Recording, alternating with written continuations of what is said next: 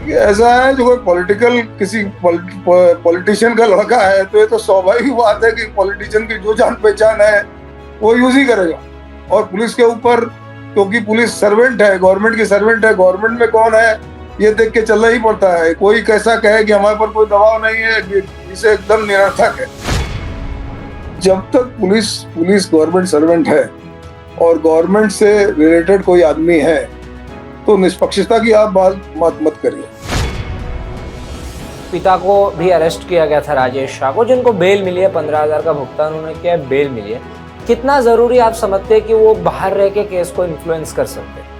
अब जिनका जान पहचान है वो तो इन्फ्लुएंस कर ही सकते हैं, लेकिन हमें ये नहीं समझ में आ रहा कि महाराज होगा लड़के ने, लड़का क्या नाबालिग है?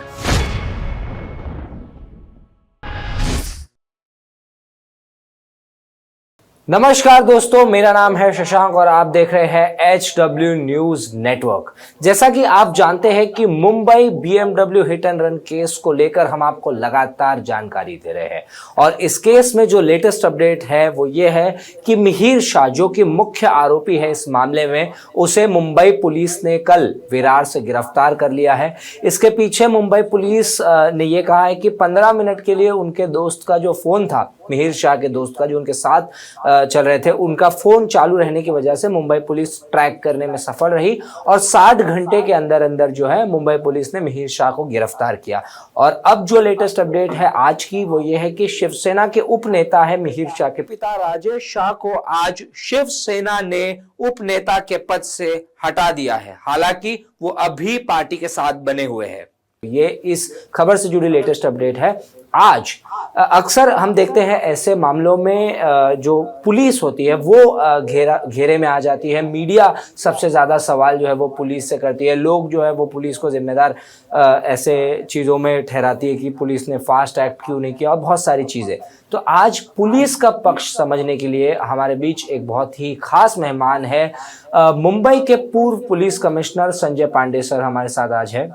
संजय जी, बहुत बहुत धन्यवाद आपका जुड़ने के लिए। सबसे पहले तो थैंक यू जी सर, मैं पहले तो समझना चाह रहा हूँ, एक सवाल है जो बहुत ज्यादा पूछा जा रहा है कि ये जो मिहिर शाह है उनके खिलाफ जो धाराएं लगाई गई है वो धारा 105 है गैर इरादतन हत्या, 281 है तेज और लापरवाही से गाड़ी चलाकर मानव जीवन को खतरे में डालना, 125B जीवन और व्यक्तिगत सुरक्षा को खतरे में डालना, ये उनके खिलाफ जो है धाराएं लगाई गई है। अब मैं समझना चाह रहा हूं, इसमें सवाल ये उठ रहा है कि 302 जो कि मर्डर का चार्ज होता है वो क्यों नहीं लगाया गया है, मैं समझना चाह रहा हूँ। देखिए, ऐसा है, जो उन्होंने धाराएं लगाई है वो नया जो संहिता बनाई गई है, जो नई संहिता, भारत न्याय संहिता जो बनाई गई है उसके हिसाब से लगाई है। उसमें 105 जो कलम है वो culpable homicide not amounting to murder है, जिसमें मतलब कहने का मतलब है कि उसको मर्डर की तरह नहीं गिना जाता है, लेकिन वो कल्पेबल होमिसाइड की तरह गिना जाता है। उसमें शायद 5 साल की सजा है, मैक्सिमम पनिशमेंट 5 साल है। लेकिन इसमें जो कलम मेरे हिसाब से पुलिस ने कुछ सोच समझ के लगाया होगा, जो लोग, इसमें एक नया प्रोविजन है कि जो आदमी ये एक्सीडेंट करने के बाद कोई मर गया हो और छोड़ के भाग जाए तो उसके लिए स्पेसिफिक प्रोविजन इस नए BNS में किया गया है, जिसका की उपयोग जो है 106 पार्ट 2, जैसे कि पहली पुरानी वाली जो इंडियन पेनल कोड था उसमें 304 सेक्शन लगाया जाता था, उसमें पार्ट 2 लगाया जाता था। तो इसी तरह से इसमें स्पेसिफिक प्रोविजन है कि जो अगर कोई आदमी की गाड़ी से कोई मर गया हो और वो उसको छोड़ के पुलिस को इन्फॉर्म ना करे तो उसमें ज्यादा दंड भी है और उसका स्पेसिफिक प्रोविजन है। तो 5 साल से 10 साल तक का उसमें दंड है। तो ये सेक्शन मेरे ख्याल से लगाना चाहिए था, पुलिस शायद इन्वेस्टिगेशन के बाद लगाए, पर 105 का सेक्शन तो मुझे तो लगता है कि क्योंकि वो वहां नहीं थे और मरने के बाद भाग गए थे तो 106 पार्ट 2 लगाना चाहिए था। जो मतलब आम भाषा जो ये लीगल चीजें नहीं समझते, उसमें मैं समझना चाह रहा हूँ कि क्या फर्क है, मतलब 1062 अगर लगता तो उसमें केस में कितना प्रभाव इसमें पड़ता सर? बहुत फर्क पड़ता है। देखिए, पनिशमेंट ज्यादा है, 5 से 10 साल का पनिशमेंट है और क्योंकि ये चीज उसमें सिर्फ 5 साल का पनिशमेंट है। पहले तो खैर 304 में 2 ही साल का पनिशमेंट हुआ करता था, जो पहले का जो हमारा लॉ था, जिसमें कि रैश एंड नेग्लिजेंट ड्राइविंग के लिए 2 साल का पनिशमेंट और फाइन के साथ या फाइन के साथ इस तरह का प्रोविजन था। लेकिन अभी जो नया जो कायदा है, भारतीय नागरिक संहिता, न्याय संहिता जिसको कहते हैं, उसमें 5 साल का पनिशमेंट है। जो अगर आप किसी भी तरीके से कोई बिना इन्फॉर्म किए भाग जाए, मतलब 10 साल तक का आपको मैक्सिमम पनिशमेंट हो सकता है। तो ये डिफरेंस है जो कि मतलब उसमें ऐसा था कि जो अगर उसमें rash and negligent act define किया गया था, किसी ने रैशली गाड़ी चलाई, कोई मर गया, तो आपने देखा होगा बहुत से लोगों को इमीडिएट बेल हो जाती थी, क्योंकि 3 साल से नीचे कोई भी चीज होता है तो वो हमारी जो पुरानी सीआरपीसी थी उसके तहत वो बेलेबल होता है। तो लेकिन अभी उसमें चेंज किया गया है, और मेरे ख्याल से जो सिचुएशन अभी है उसमें 5 साल से 10 साल तक का पनिशमेंट है, फाइन के साथ है। तो ये सेक्शंस में चेंजेस हैं और ये लगाने चाहिए, और मुझे लगता है कि ये अब शायद इन्वेस्टिगेशन के बाद, कई बार सेक्शन इन्वेस्टिगेशन के बाद भी लगाए जाते हैं। तो शुरुआत में ही ये कहना कि उन्होंने कम लगाए हैं, ज्यादा लगाए हैं, ठीक नहीं होगा। लेकिन जो वस्तुस्थिति दिखती है उसके हिसाब से तो 106.2 लगाना चाहिए था। संजय सर, मैं आपसे ये समझना चाह रहा हूँ कि 12 घंटे के अंदर अंदर, अगर मैं गलत नहीं हूँ तो 12 घंटे के अंदर अंदर जो शराब के ट्रेसेस होते हैं खून में, वो कहीं ना कहीं मिटते चले जाते हैं, और ये 60 घंटे बाद इस व्यक्ति को पकड़ा गया है यहाँ पे। तो 60 घंटे बाद जब अगर आप देखो, तो अगर पुलिस चाहे तो भी यह साबित करना आज कितना मुश्किल है कि ये ड्रंक एंड ड्राइव का मामला है, क्योंकि जिस बार में उनकी सीसीटीवी फुटेज आई है, वो बार में कहीं ना कहीं वो बार के ओनर कह रहे कि इन्होंने ड्रिंक एंड ड्राइव नहीं किए। तो ये साबित करना आज कितना मुश्किल है मुंबई पुलिस के लिए, अगर ड्रिंक करके ड्राइव कर रहे थे तो। जो अगर आदमी शुरुआत में नहीं पकड़ा गया तो प्रॉब्लम तो है, क्योंकि वो बॉडी में अल्कोहल का कंटेंट कम होता जाता है।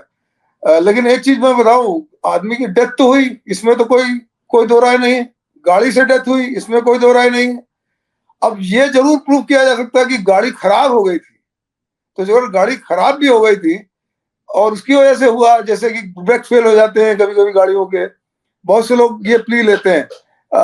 लेकिन आप ये मान के चलिए कि जो अगर डेथ हुई है, गाड़ी से हुई है, तो उसमें जब तक ये नहीं प्रूव होता कि गाड़ी खराब थी, और जो अगर, हाँ, तो ये दो चीजें हैं, या तो गाड़ी खराब थी तो मेरा कोई रैश नेग्लिजेंट नहीं हुआ, या मैं दारू, जो अगर मैंने शराब नहीं पी थी ऐसा मैं कह रहा हूं, तो फिर आपको ये दिखाना होगा कि गाड़ी में कोई कोई खराबी आ गई।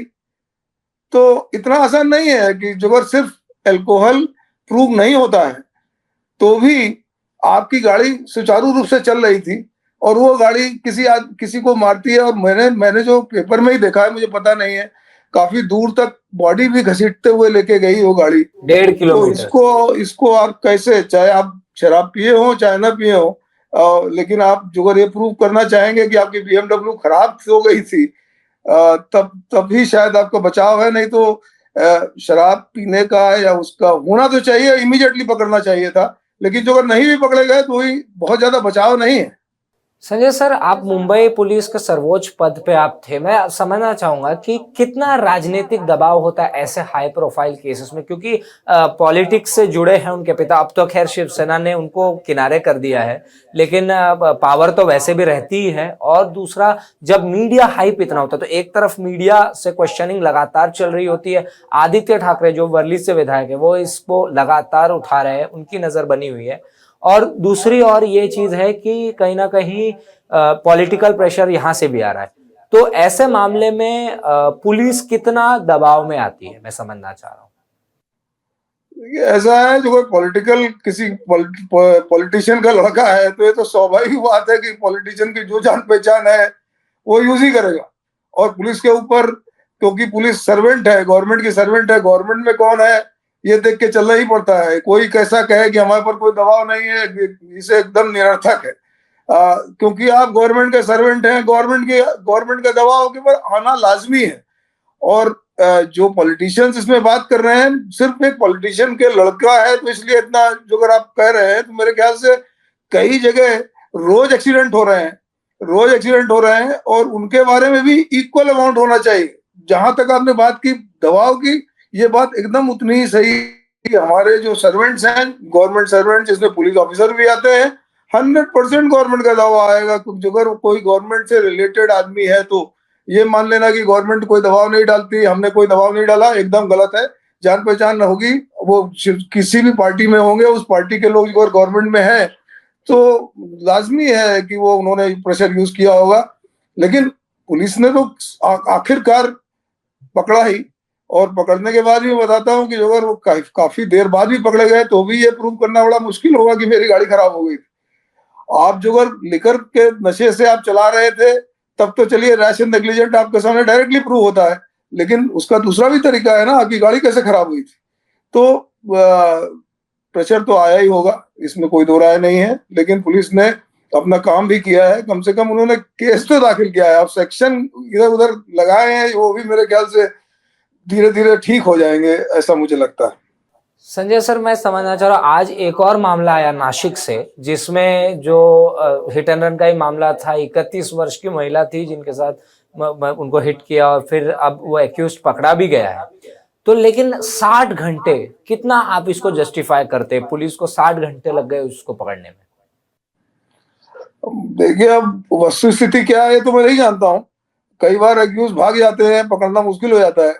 लेकिन मैं और मूलभूत मुद्दा उठाना चाहता हूँ। जो नया सीआरपीसी बनाया गया है, उसके तहत वो 3 से 7 साल की जिसमें सजा है, और अभी ये जो 105 और 106 की हम बात कर रहे हैं नई दंड संहिता के हिसाब से, नया आईपीसी के हिसाब से, तो मेरे ख्याल से पुलिस के ऊपर कोई बंधन नहीं है उसको रजिस्टर करने का भी।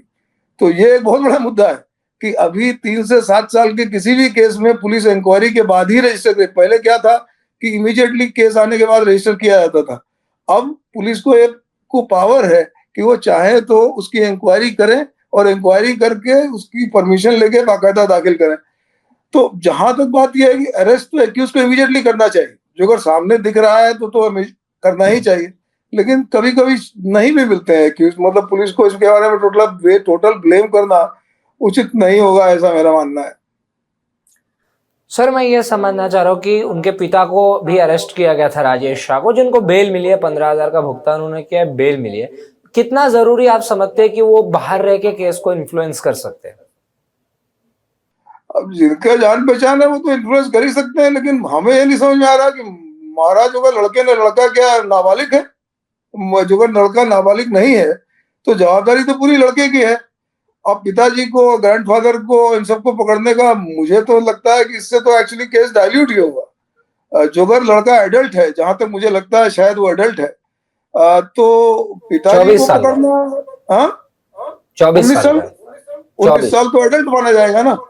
तो एडल्ट बच्चे के लिए मैं किसी का पक्ष नहीं ले रहा हूँ, लेकिन साहब आप इन्वेस्टिगेशन के तौर पर, किसी प्रेशर के तौर पर ये सब करेंगे तो ऐसे तो इन्वेस्टिगेशन नहीं होता है। जो लड़का नाबालिग हो तो बात अलग है, लड़का जो अगर बालिग है तो मेरे ख्याल से उसको ही अरेस्ट करना चाहिए। कोई प्रेशर लाए, जैसे किसी ने अपना अपना खून दिया जो पूना में, जो मैंने सुना, तो वो तो फिर कल्प्रिट है, क्योंकि आप तो किसी तरीके से ऑफेंस को दबाना चाह रहे हैं।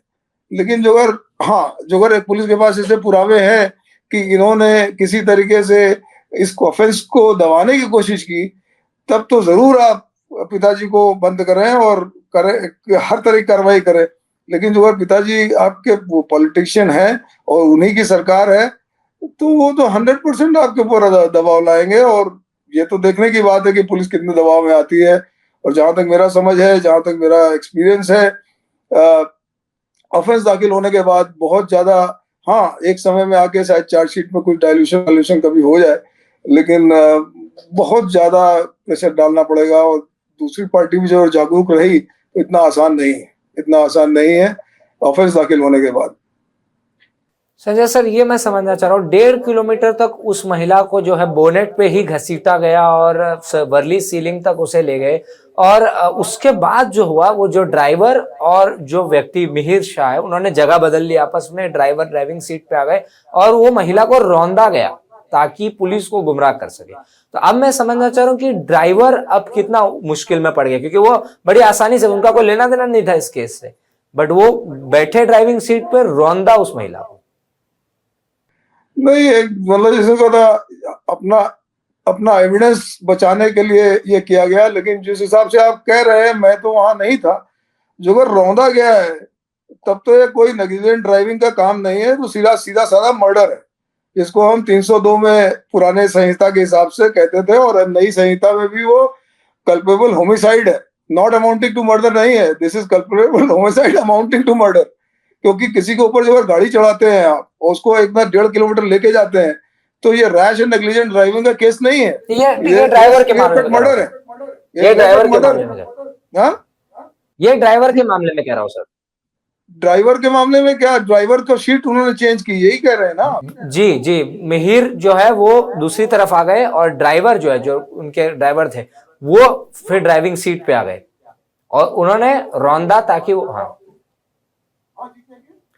हुआ यूं कि 1.5 किलोमीटर तक मिहिर शाह ने जो महिला को ले गए बोनेट पे, उसके घसीट कर, उसके बाद दोनों ने जगह बदल ली और ड्राइवर जो है वो ड्राइविंग सीट पर आ गए, मिहिर दूसरी तरफ आ गए और एविडेंस टैंपर करने के हिसाब से उसको, महिला को रौंदा गया और फिर आगे गई गाड़ी।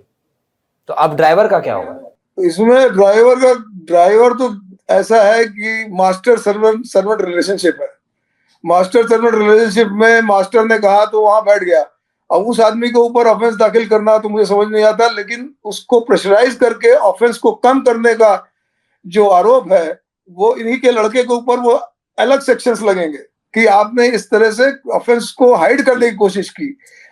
जहां तक ड्राइवर है, ड्राइवर तो एक विटनेस है और ड्राइवर एक सर्वेंट है, तो उसको उसके ऊपर मुझे लगता है बिना बात का टाइम वेस्ट करने से मतलब नहीं है। सारा का सारा आरोप उस लड़के का जो गाड़ी चला रहा था, वो बालिग होने के बाद 100% उसी की जवाबदारी है। और ये इस तरीके से गाड़ी चलाकर किसी के ऊपर रौंदना मेरे ख्याल से पूरे तरह से मर्डर है। इसमें किसी भी तरीके का रैश एंड नेग्लिजेंट ड्राइविंग का सिचुएशन ही नहीं है। 4-5 जो अगर इनको विटनेस मिल सके तो मेरे ख्याल से पुलिस को मर्डर की तरह से इन्वेस्टिगेट करेगी। पिताजी बाहर है, पिताजी सेना से रिलेटेड है, 100% दबाव तो लाएंगे ही लाएंगे। देखना तो ये है कि पुलिस वाले इसको कितनी जल्दी चार्जशीट करते हैं। बहुत बड़ा केस नहीं है ये, इसको इमीडिएटली एक 10-15 दिन के अंदर थोड़ा क्या एविडेंस चाहिए, आदमी मर चुका है, गाड़ी का एक वेरिफिकेशन कराया जाता है, 10-15 दिन में गाड़ी का वेरिफिकेशन हो जाएगा। गाड़ी ठीक ठाक थी तो उसके बाद चाहे आपने शराब पी हो चाहे ना पी हो और आप इतनी दूर ड्रैग करके एक आदमी के ऊपर आपने गाड़ी चलाई, ये सीधा सीधा मर्डर है। इसमें रैश एंड नेग्लिजेंट ड्राइवर का कोई लेना देना नहीं। सर मैं ये समझना चाह रहा हूँ कि ये हिट एंड रन के इतने मामले क्यों सामने आ रहे हैं, इसके पीछे का कारण आप क्या देखते हैं? देखिए, जो अगर हम ड्राइवर की हैसियत से बात करने की कोशिश करें तो हमारा ड्राइविंग लाइसेंस जो है बड़े आराम से बड़े फ्रीली बांटे जा रहे हैं, और इतनी फ्रीली बांटे जा रहे हैं कि कई बार ड्राइविंग टेस्ट भी नहीं होता है। रिन्यूअल के केस जब जाते हैं ड्राइविंग के लिए तो उसका कोई रिन्यूअल का टेस्ट नहीं होता है। तो शुरुआत तो वहां से होती है, ऐसे लोगों को गाड़ी में बैठा दिया गया जिन्होंने ड्राइविंग ही नहीं आती है। तो ये उनका चाहे तो बचाव करें, लेकिन अब ड्राइविंग लाइसेंस आपने लिया है तो आप ड्राइवर हैं। और उसके बाद दूसरा केस ये है कि हमारे पास इसका कोई देखिए, डरता कब है आदमी, कब डरता है आदमी, जब उसका आप एनफोर्समेंट करें और उसका एनफोर्समेंट ऐसा हो कि आदमी को दोबारा करते समय डर लगे। तो हिंदुस्तान में साहब ये 5 साल 7 साल 10 साल भी सजा कम है। आप अमेरिका में देखिए, एक सेलिब्रिटी ने एक लड़के को मार, आज भी एक खबर है, आप याहू में देखिए, 17 साल सजा हुई है। दारू पी के गाड़ी चलाने के लिए, शराब पी के गाड़ी चलाने 17 साल सजा हुई है। आज हमारे यहाँ आदमी की कीमत बहुत कम है, इसलिए हम उसको 5-10 साल की बात करते हैं। ये मर्डर इस तरह से गाड़ी चला देना किसी के ऊपर और किसी की जान ले लेना। आज किसी की फैमिली का, किसी की वाइफ के बारे में मैंने वो वीडियो देखा, किसी के बच्चे 2-2 मर गए जो पूना में। तो साहब ये 5 साल और ऐसे राइटिंग वाला कहानी, ऐसे चलो क्योंकि नाबालिग था, लेकिन ये तो क्लियर कट मर्डर्स हैं। और ये मर्डर का डेफिनेशन बहुत क्लियर कट हिंदुस्तान में है, लाइफ इम्प्रिजनमेंट है, होता है। Rarest of the rare cases में हम फांसी भी की सजा देते हैं। इन सब केसेस को हमको मर्डर की तरह देखना चाहिए, और ये तो करीब क्लियर कट मर्डर है। तो जो अगर ऐसा हुआ और 10-10 एक लाइफ इम्प्रिजनमेंट होना शुरू हो गया तो साहब ये काम खत्म हो जाएगा। और ये हमारे ड्राइविंग टेस्ट जो है ये एक बहुत ज्यादा लिबरल है। ये चीजें हमें देखनी चाहिए कि ये हम फ्रीली ये लाइसेंसेस लोगों को ना दें, तो वही लोग चलाएं जिनको चलाना आता है। बहुत बहुत जरूरी बात आपने कही सर। एक दो आखिरी सवाल मैं लूंगा आपसे सर। क्या आपको लगता है, एक पर्सनल लेवल पे मेरा ये सवाल होगा आपसे, कि क्या आपको लगता है कि इस मामले में निष्पक्ष जांच होगी और निष्कर्ष तक पहुंचेंगे हम? जब तक पुलिस गवर्नमेंट सर्वेंट है और गवर्नमेंट से रिलेटेड कोई आदमी है, तो निष्पक्षता की आप बात मत करिए। बहुत समय से डिमांड है कि पुलिस को हम गवर्नमेंट से अलग करें, एग्जीक्यूटिव से अलग करें। ये बहुत हमारे पुलिस रिफॉर्म्स के बारे में बड़े बड़े लोगों ने इसमें चर्चा की है। ऐसा आज तक हुआ नहीं। आप कैसे मान सकते हैं? आप सर्वेंट हैं। गवर्नमेंट कौन है? गवर्नमेंट तो जो पॉलिटिशियंस हैं वो गवर्नमेंट है। तो ये मान लेना कि सर्वेंट गवर्नमेंट के बिना कहे, बिना सोचे, बिना किसी प्रेशर में आए काम कर सकता है। किसी को दोष नहीं ठहराना चाहता हूं, हमारा सिस्टम ही गलत है। यहाँ पर पुलिस जो है, हम धीरे धीरे ये एग्जीक्यूटिव से अलग जब तक नहीं की जाएगी तब तक ये आरोप लगते रहेंगे। और ये आप मान के चलिए कि अगर कोई गवर्नमेंट के आदमी के ऊपर कोई केस होता है और वो गवर्नमेंट में है, 100% दबाव आएगा। किस तरीके से आगे चलेगा आप देखेंगे। आप इसको नजर में रखिए, आपको पता ही चल जाएगा कि आगे चल के क्या होगा। लेकिन जहां तक पुलिस की अभी तक की बात है, उन्होंने कम से कम ऑफेंस तो दाखिल किया है, अरेस्ट भी किया है। दबाव तो आगे की बात है। सर्वेंट्स को गवर्नमेंट का सुनना ही पड़ेगा। बहुत बहुत धन्यवाद सर, बहुत बहुत धन्यवाद। बहुत जरूरी बात और काफी चीजें आपने क्लियर की, जो कि इंटरनल सिस्टम की चीजें होती है, आम जनता को इसके बारे में जानकारी नहीं होती है। मुझे लगता है इस वीडियो को देख के उनको क्लैरिटी मिलेगी। तो मैं बहुत बहुत दर्शकों की ओर से भी आपका धन्यवाद करना चाहूंगा। धन्यवाद। तो ये थे दोस्तों पूर्व मुंबई पुलिस कमिश्नर संजय पांडे। हम आपसे वादा करते हैं कि हम Mumbai hit and run case से जुड़ी हर जानकारी आपको HW न्यूज नेटवर्क पर देते रहेंगे। Stay ahead with our cutting-edge news app. Instantly access the latest shorts in just 1 minute and breaking news in just 50 words. Download now for a smarter, faster news experience.